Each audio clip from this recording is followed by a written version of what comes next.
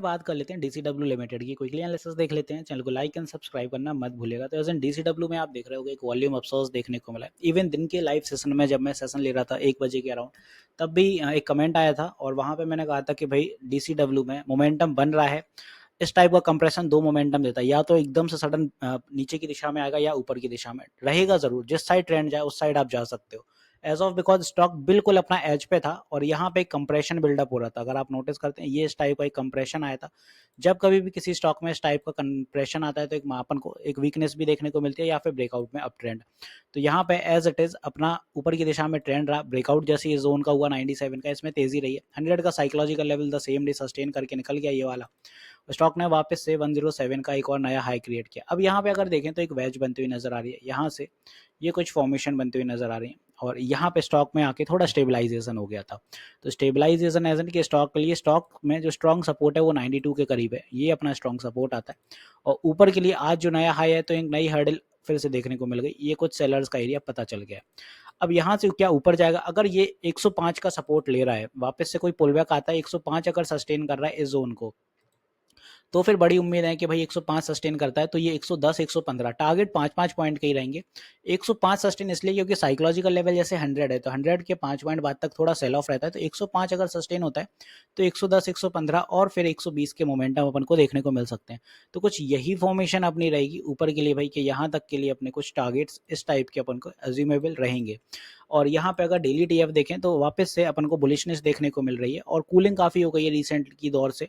तो चल सकता है यहाँ पे वीकली टाइम फ्रेम भी हालांकि ओवरबॉट पे हैगा, बट एज ऑफ कुछ मोमेंटम दिख सकता है। 1 आवर टीएफ ओवरबॉट हो गया तो कुछ शॉर्ट टर्म कूलिंग आए, जैसे मैं बोल रहा हूँ 105 पे अगर कंसोलिडेट हो जाता है तो बहुत अच्छा रहेगा। और यहाँ पे आज देखें तो 20 डे ईएमए से ही बुलिश मूव दिखा है, क्योंकि अगर 20 डे ईएमए टूटता तो ना सपोर्ट बनता 92 के आसपास। तो यही कुछ अपने नीचे के लिए सपोर्ट थे और ऊपर के लिए ये सारी resistance as it is next session में भी काम करेंगी। अब यहाँ पे एक चीज़ इंपॉर्टेंट और है कि भाई अगर 105 टूट जाता है तो कहाँ आएगा? तो वापस से स्टॉक 100 पे सपोर्ट लेगा। तो अगर 100 पे भी ले रहा है तब भी ठीक है, जेन्युइन है, क्योंकि अगर वापस इसी जोन में आ रहा है तो फिर स्टॉक फिर से 95 96 आ जाएगा। तो यहाँ पे 100 सस्टेन करता है तो फिर यहाँ इस जोन पे में भी सपोर्ट बना ले, फिर यहाँ से रैली करेगा तो 110 115 ईजी रहेगा स्टॉक को टैकल करना। बिकॉज यहाँ पे आप देखें राइजिंग वेज की फॉर्मेशन है तो ऊपर की दिशा में अब थोड़ा ब्रॉड मूव आते हुए नजर आ रहा है। और ब्रॉड मतलब यहाँ पे 125 सवा सौ के टारगेट अपन को देखने को मिल सकते हैं इजीली। तो कुछ इस टाइप की फॉर्मेशन अपन को डीसीडब्ल्यू में देखने को मिलेंगी आने वाले दिनों में। तो आई होप यहाँ पे डीसीडब्ल्यू बहुत अच्छे से क्लियर कर दिया। ईएमए के साथ ही चल रहा है तो अगर कभी भी पकड़ना है तो ईएमए के साथ ही पकड़ लो या फिर ट्रेंड लाइन के करीब पे छोटा सा स्टॉप लॉस दे दो। यहाँ पे अगर ट्रेंड लाइन टूटती है तो यहाँ पे छोटा सा जो लास्ट कैंडल का लो होगा उसका स्टॉप लॉस लेके चलो, तभी इसको टैकल कर पाओगे, क्योंकि इस टाइप की फॉर्मेशन में काफी कंफ्यूजन भी आती है। अब जैसे आज की ही बात कर रहा हूँ मैं, जो मैंने अभी बताया था कि भाई यहाँ पे बिल्कुल एज पे था। मान लो लाइव मार्केट में अगर आप यहाँ पे ले रहे हो, कोई एक सडन नीचे की दिशा में एक कैंडल बनती है, वो मान लो स्टॉप लॉस हंटिंग के लिए बनी हो और वहां से नेक्स्ट कैंडल पे एक हैवी बुलिशनेस देखने को मिल जाए।